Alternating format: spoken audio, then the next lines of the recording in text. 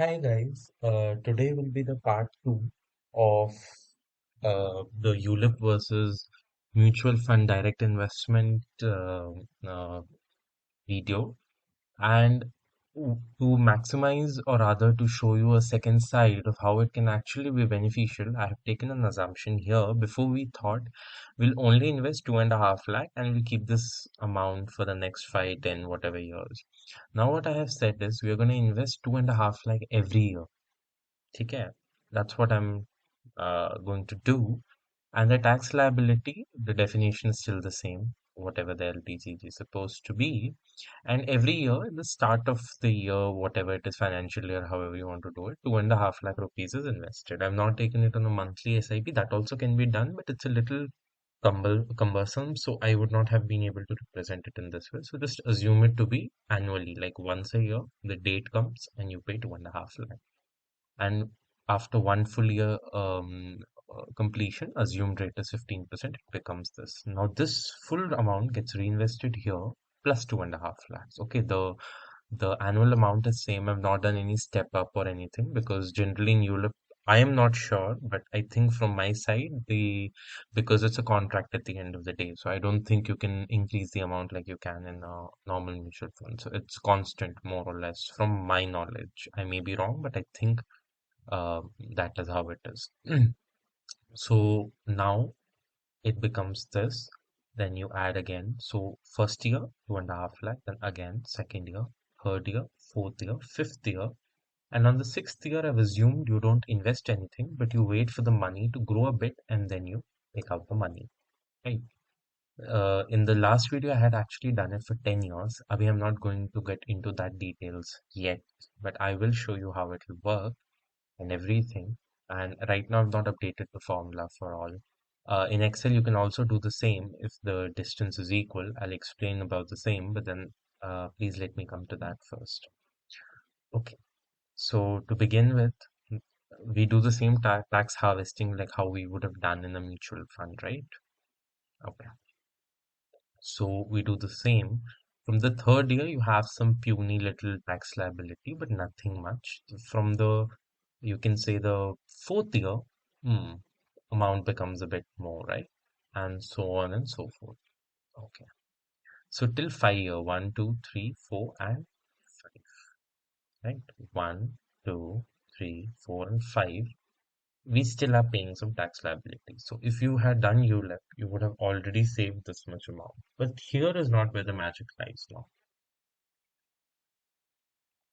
Now, what if your payment term was 10 years? What if it was? Just hypothetically, for amusement.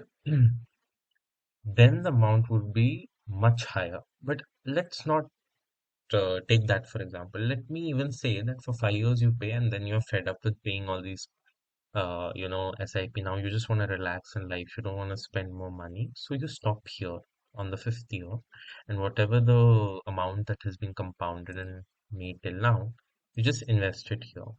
And now you just leave it there. So whatever the future value is, for example, on the seventh year, the amount will become this, right? Seventh year, this will be the amount. Then it will be for 8, 9, and 10. Wait, let me just check if I'm doing it right. 1, 2, 3, 4, 5, 6, 7, 8, 9, 10. Okay, so this would be the sixth year, as I said. So sixth year, so one second. So this was the first year, then the second year, third year, fourth year, fifth year of payment. Fifth year ending, you got this. Sixth year beginning, you had this amount. Um, and then again, when you start with the seventh, right? Seventh year beginning, assuming that you reinvest this amount and you just leave it be for the rest of the term. And this is 10th year ending. This is not 10th year beginning. This would be the amount you would have had in 10th year beginning. If you want to end it here, you can end it here also. This will be the 10th year beginning mark. That's why this terminology in mutual fund and all is very important. Beginning of the year and ending of the year. That is very important. Okay. But for now, what we'll do is we'll assume that you'll wait till the 10th year end. So it's not like as soon as the 10th year has happened, it's happening. 10th year end. Right. That's why I made this Excel this many times. If you look at it, It's 1, 2, 3, 4, 5, 6, 7, 8, 9, 10. But the future value happens at the 10th year ending, right? So, actually speaking, it's the 11th year you'll get it. So, if you don't want that confusion, I can remove it. But honestly speaking, you should, because generally I think it's at the end of the policy is always end of the year or end of whenever the tenure happens, and it's better. Might as well let this compounding happen. So even if I don't invest anything extra after the fifth year, see, I have not done any extra investment. One, two, three, four, five. Five ends here. After this, I've not put a single penny in. I've just let it compound. But the tax liability doesn't go less because the compounding is happening. So the tax is also being calculated on that interest value, right? So now I want you to see this, the whole tax value. How much is it? It's about 1,91,000. So if you had a ULIP, this whole tax liability will be zero. Fair enough? Fair enough. Now let's say you paid your premium 5 times, assuming in the beginning of the year itself. I'm assuming the beginning of the year. So first beginning, second beginning, third beginning, fourth beginning, fifth beginning. And let's say you add the same thing, or rather, I'll do this way. Let's say you do this. Oh, shit. Sorry. Okay, I can't copy the formula right now because it's not fixed. Because the gap increased. So now I'll do one thing.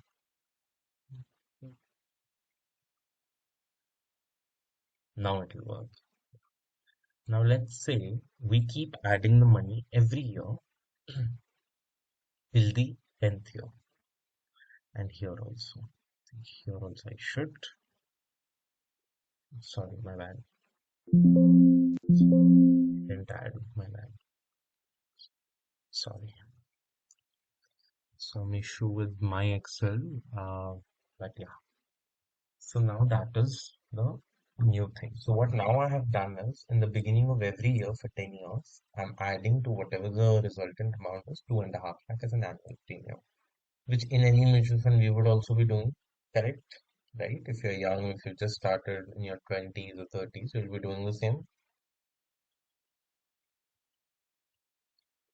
7, 8, 9, and then 10th year, you're adding that another 2.5 lakh, and then that's happening at the end of the year. So you put it in the beginning, the first year ended, then second year started, second year ended, third year started, third year ended, fourth year started, fourth year ended, fifth year started, fifth, sixth, so on and so forth till the 10th year started and 10th year ended. So the whole 10th year completed. Like in birthdays in India we have now, I completed my 23, 24 running. We say like that, right? So in the same way how we have Indian birthdays, just imagine this 10 years completed, 11th running. So this will be that value, the future value. I hope you understand this concept. But anyway, keeping that aside, now I want you to look at the tax liability. So it's 2.77 lakh, which you would be paying with a normal mutual fund, assuming that your ULIP is able to generate the same, which generally it is, because to make it more attractive, they do this. So you'll be saving this much amount of tax if your payment term is big enough. And also the headache of tax harvesting. If you did direct mutual fund, imagine selling all your units. Let's say if you have 5 funds, okay. So which year you purchase, which month you purchase, assuming exit load, and then assuming that you do it, in a very structured manner on the same date, etc. And then you sell all of them, right, to make sure every fund has completed 1 year for LTCP. And then once you do that, you also need to do the tax filing for it. If you are a Zerodha or a Grow member, I think for them tax is a bit better. Quico and all, there are many apps, but again, charges and all come into picture. So it's not such an easy game. Whereas here, as we say, no jhanjat, no magajmari, directly speaking, right? If I do this here, you can see average itself, you'll be paying a lot. My bad. My bad. Sorry. So yeah. And the reason I'm not doing the whole tab is because there was some values here, hidden values, which I don't want to right now say. If I do select the whole thing, the some value will change. So anyway, um, so the whole value comes out to be around 2 lakhs. Can we copy this? I think we can, right? Ah, sorry. Okay. Let me just say 2,77,500 approximately. That was the value. Now, if you divide this over 10 years also, the average will be paying will be 20,000, yani 2,000 rupees worth of cash which you will be paying.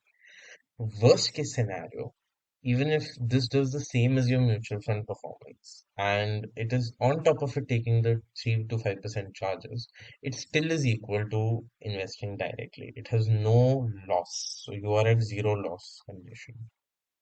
And even if I showed you the first case where you pay for 5 years, because in India mostly the payment term is minimum of 5 years or one time.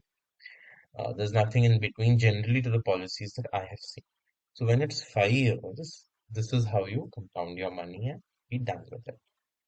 So my suggestion is if you can invest and if you're in your youth or young age, this might be a good consideration as an investment option for tax harvesting or tax saving rather, not harvesting, but tax saving.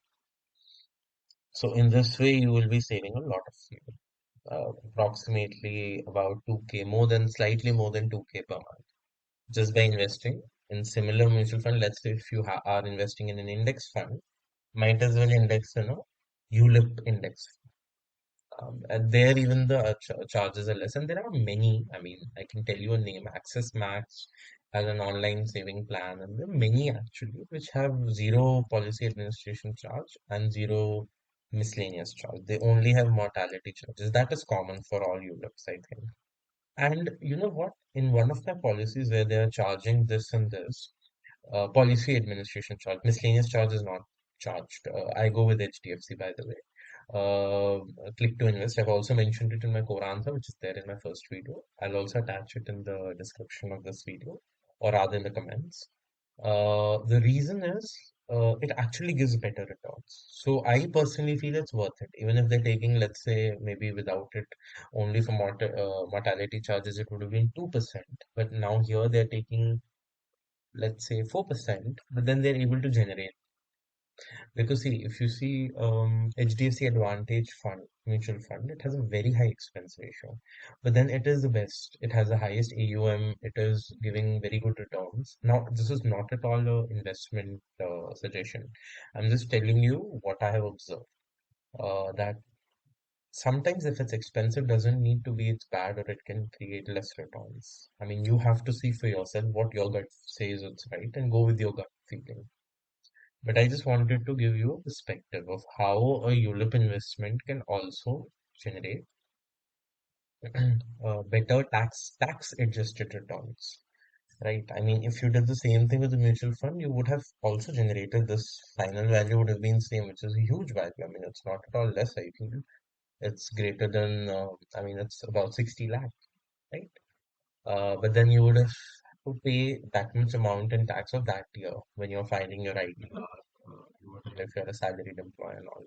And let me, even though this is not part of the video, let me also take into consideration how inflation will reduce this value. So I'll just say inflation factor. I mean, I like to call it. I know there must be a fancy name for it, inflation factor, but my background is actually not of commerce. I studied engineering. Even though I had a big passion for commerce, I took economics in 12th standard. I also had economics as elective in my college, in my undergraduation, but then I've not had a pure Bachelor's of Commerce background or a CA background. So of course they might know the terminology a bit better, no doubt about it. Like, I'll just tell you I call it inflation factor. I don't know what it's called. I'm gonna take it for 0.65. And is there an exponential function here? I don't know. In calculator it works, but okay, you can't do that, right? Um, can I find it here? Wait. Okay. Hmm. I anyway know the value, but I want to show you guys how I can do it on an Excel so that without the future value formula, so that you guys can also do it. The rough calculation. Okay, let me see if there must, oh yeah, there is. Let me see if it is possible, if this will work. Yeah, it's working. Okay. Because generally I do it in a calculator. I just wanted to see, my Excel skills are not so great. Let me round it off a bit. Oh, sorry. Mm, yeah. So after 10 years, so the inflation factor is this much. What I do generally is reduce it by that. So whatever the real value of money, real value of money, right? True growth, I do know what it's called. It's called the true rate of return, which is the inflation adjusted return. But I don't want to get into all that. I just want you guys to see the value that it will come here. Let me, yeah,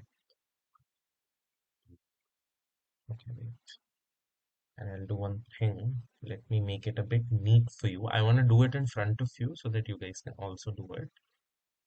Okay, it's not fixed, right? So you know why this happened? Because I didn't fix the formula. My bad. Yeah, now it will come. So the dollar basically locks the cell for the calculation. So even when I shift it here, okay, sorry, should work right. Okay. I think I might have made a mistake. Yeah, now I've just signed it. So dollar is dollar basically locks the column and the row, right? So if I do that, let's say if I do this, okay, but why is it taking AG4? I think I'm missing out myself something. Yeah, yeah, but that's what I did the first time. Okay, weird. It should work because generally dollar sign in Excel is used so that you lock a cell. So what will happen is even if I copy this formula here, right? Yeah, so why did it change? Because, okay, do you see the difference? Here, before it was done by B15, correct? B15 is this value. Here also it's dividing by same because this is locked, but E15 is that many spaces. So in Excel, because it's a smart program, when you drag out something, the inbuilt formula also gets dragged out. If you, I'm sorry, I'm getting into Excel. If I ever want to lock even the B12, right, I just put a dollar here, and now if I copy it, right, even if I drag it, let's say like this, the value will not change. It'll be the same because I logged it. Anyways, sorry for troubling you guys with Excel calculations when I know you have come for something else. But basically, the true value of money after 10 years in India, considering the inflation rate for past 10 years, now CPI says it's a bit low, but with my own calculation and with my own expertise of this topic, I have assumed it to be around 6.5%. Now, this doesn't include a lot of rates. For example, if you're like personally, I'm in Bangalore. If you're in Bangalore, Bombay, uh, Ahmedabad, because I've lived there, it was my birthplace, and all the big metro cities, rather, or capitals. Not even capitals, not all capitals are expensive, but the top 30 cities, according to, you'll even find them according to AFMI, which is the mutual fund website, uh, or the top 30 cities of India in general are expensive. But then people just don't live in these 30 cities, right? So I have to give in wholesome thing. And when people also want to retire, it's not necessarily that they'll retire in such a big city. Correct? Fair enough. Fair enough. Um, okay. Then what has to be done? Well, that's the reason why I took so your inflation, which the CPI, cost price index and all do, they majorly take the prices of your commodity goods, majorly, and also your rents, maintenance charges, etc., and to some extent even property prices. And if you see, there's another index called house price index. So I've considered a lot and I've come to this. I mean, yes, someone can debate this number can go up to even 8.5% according to my calculation. And this is not including pure medical and education inflation. That is around 12%, which seems to be a right value considering what I've observed, but not in every city. Again, the growth is very screwed. When I'm talking about screwed, I mean it's a screwed, that English word, which means it's not equitable or equal in all cities. Some places it's very high, some places it's very low. So I'm averaging it out for the whole of India. So that's why I've taken 6.5%. So if you do take here, you get about 31 lakh rupees. So this is the real value of money. Now, how much have you invested so far? Let's say if you didn't, so you would have invested,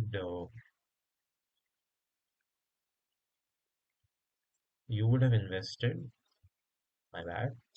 I'm making this Excel so that if someone wants to, I mean, you already know this, it's fixed. It's 2.5 lakh into, sorry, 10, my bad, 10.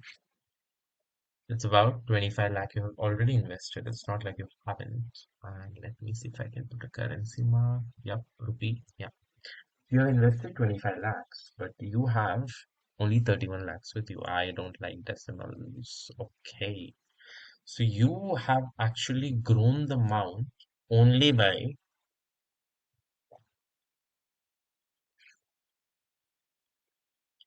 this much. So real growth is only of real growth amount is only about, and why do I say investment is a necessity and not a,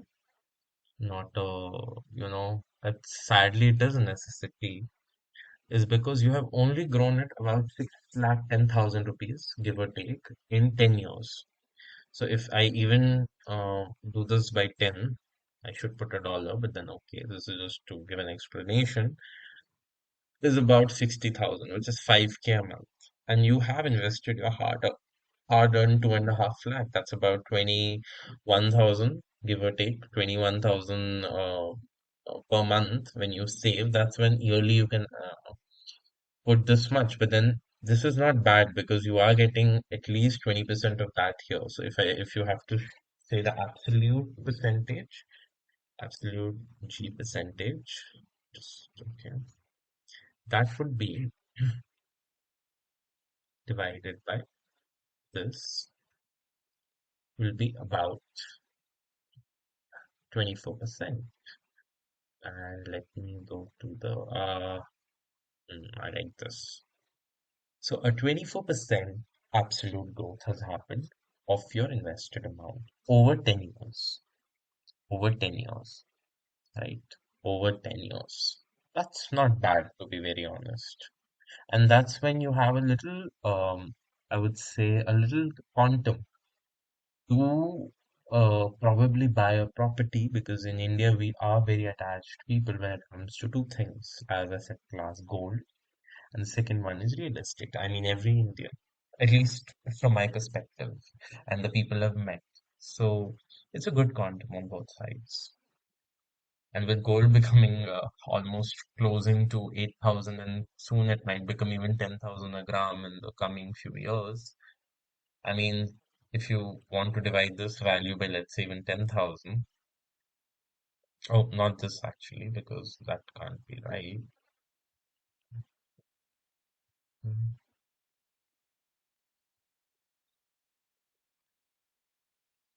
Sorry, my bad. So I'm just checking the formulas, and what I'm doing is, let's say by 10,000, assuming, I mean, it must be more. It's not a rupee, by the way, it's a gram, so that's not really counting. It's a number. Yeah. And even if we do make it, it'll be around half a kg of gold, basically, which is still pretty impressive amount. right? So if you want to save for your marriage, if it's whatever it is, I mean, and you can achieve this whole thing by just investing how much? I mean, if you want to save it monthly, I mean, of course, the calculation change because then the concept of XIRR and well, a lot of things then come into picture. The amount will not remain the same. Just telling you, but then to achieve this, let's say that you make an RD and then yearly invest the annual premium for that would be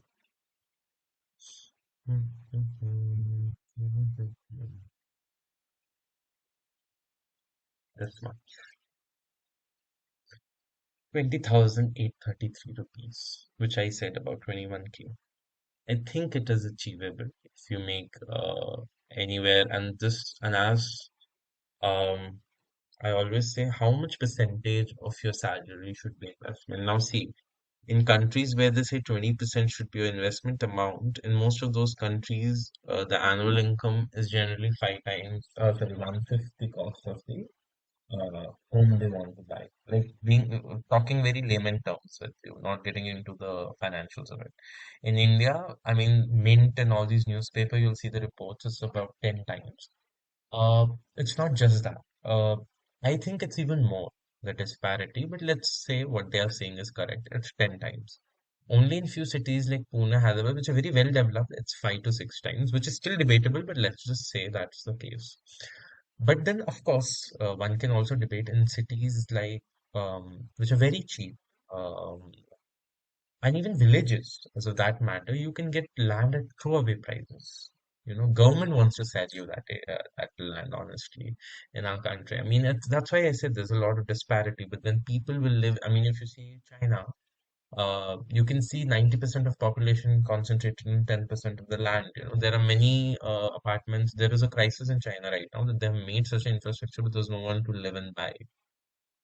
So I think that is what happens with the urbanization. At the end of the day, we all want to be surrounded by facilities and all. So, and that's where my point comes, like I'm trying to say that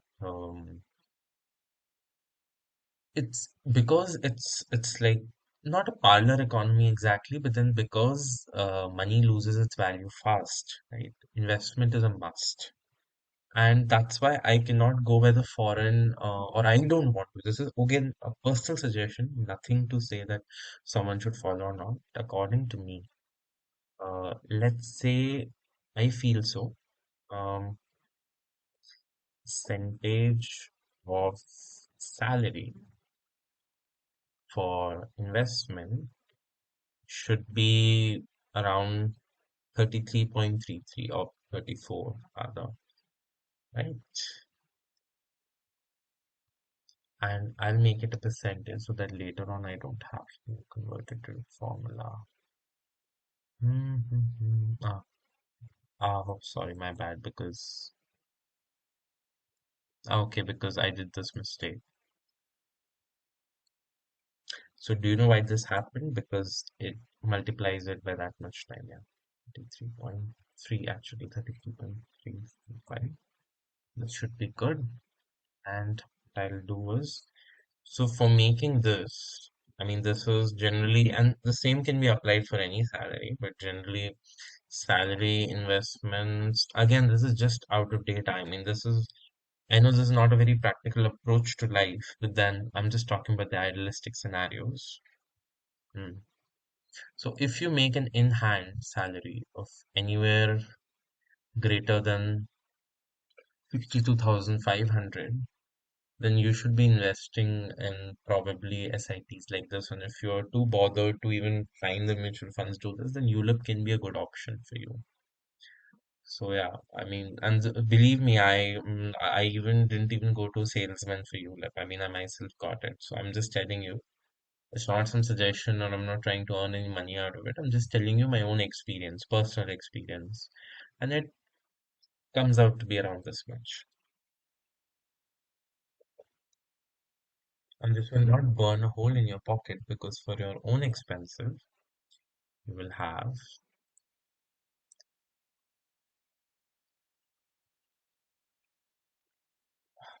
mm, will it? work. Let me see. Yeah, it will. It will be this much. Check sell for your expenses. You still have a good amount to spend. And if, let me see in my other tab is open. Cost of living India. I have this website which I use. I'm sorry I'm making this such a big video. Living cost org. And this was one more which I love taking for. I don't know why I can't find it.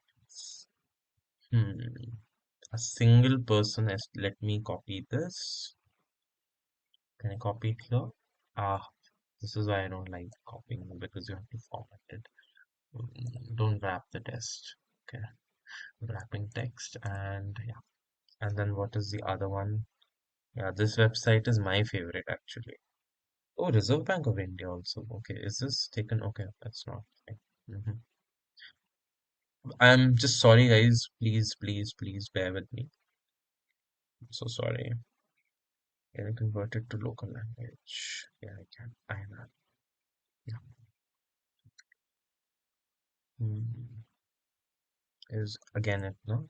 Can I copy paste this? Uh oh wow. Let me at least make it bold so that it looks nice. This is from every random website I can find, which are somewhat of reputable, like livingcost.org and then Numbeo and all. And the prices do seem about right. And let's just take the average of let's say even the 5K plus here it says 30, right? 28. Let me be a little this thing and be. And now I'm not talking about luxury here. Always use brackets. I mean, it will still do board mass, but okay. Yeah. Do you see what happened? Why the okay. Anyway, I'll get into that someday later. But it's about 37,000. So even if you are earning this much in a good, and these cities are good cities. I mean, I can even show you. I've taken when I'm talking the highest, except for Bombay. I've not taken Bombay into account for this. I mean, for Bombay people, good luck to you guys. But then, other than that, I have taken Delhi, Bangalore, Hyderabad, Ahmedabad, Chennai, Pune, Surat, Calcutta. I mean, Kolkata, Lucknow, Jaipur. I mean, others are even lesser, and I myself have lived in a lot of cities, so I do know. Hmm. Oh, I never thought Jabalpur would be in this list. Okay. 25. Okay. Good. And see, this is not luxurious living, even I know that. But living with a good rent, like a single person, having your own life, and of course, with people or a family of two, three, I'm also assuming that the income, again, there are a lot of assumptions in my what I'm trying to say here, but with everything idealistic, you should be able to cover your expenses with this tab. I mean, even if you subtract this minus this even leads you for an EMI of buying maybe a laptop in every 5 years or buying a phone for 3 years, a heavy phone like a S23 on big billion days, I don't know, something like that. It still gives you that option, plus your normal expenses, plus a good savings, which will be your and plus, see, if you're a job person, you're going to get some increment, which should be inflation adjusted, I'm sure. Even if you are not a very high growth person, let's say even if you don't grow very high in life, you're not able to achieve it. Assuming you're only able to do inflation adjusted growth in your job or in your business, even in a business like, I mean, actually speaking, pharma industry's example, I should not take because they do have good margins. Don't want to get into debate of that, but they do have very good margins. Even the business of a grocery shop, let's say if you had one grocery shop and it took you 10 years, but you made another small shop or maybe a warehouse and whatever, if you're able to make net profit, inflation adjusted or that amount, and you're growing with inflation, then of course your investment amounts will not be this fixed 2.5 lakh, right? They will also increase yearly by 6.5% or so. So this absolute growth will obviously be much higher. And the quantum here will be much higher, maybe even 50, 60 lakhs. And this will go again. This is 28,000. This Numbio, I do seem it's a bit higher without rent. Um, Let me see, you know what? I don't know why, because this was with the rent, by the way. the other value. I don't know why here they're saying without the rent, but even with the rent, let's say, even if you add, that's why I added about 20K to this just for the rent of a single person. And if you're going for a 2 BHK, proportionally this, and I'm saying 40K for a 2 BHK. I'm talking Bangalore and Bombay and probably Hyderabad rates. That may not be applicable in your city, but hypothetically also I've already taken all that into account and I've given this value. And if you have made this bulk, probably invested in property or passive income, whatever it is, some of it will be covered for your rent, dead sure of it. So only your normal expenses. So basically, all this what I'm trying to say is you can plan your earlier retirement, or at least see, as a person myself, I don't believe the idea of retirement is that good for the mental health. I mean, I do think brain gets rusted. This is just my belief. If you just stop working, but then not to be dependent on money, especially in a country like India when you have a lot of cultural, lot of responsibilities, right? So you don't want to be bound by money. And see, in a developing economy, money will always be a big thing. You know, we do value money, sometimes even over people, right? In a developed country, it's vice versa. So that needs to be seen, but but I'm pretty confident about us. I think life will be good. So yeah, and we should be positive. So yeah, nothing to, I mean, there's nothing to as such think about. Just live your life, be happy, be positive. That would be all from my side. I hope you have a good day.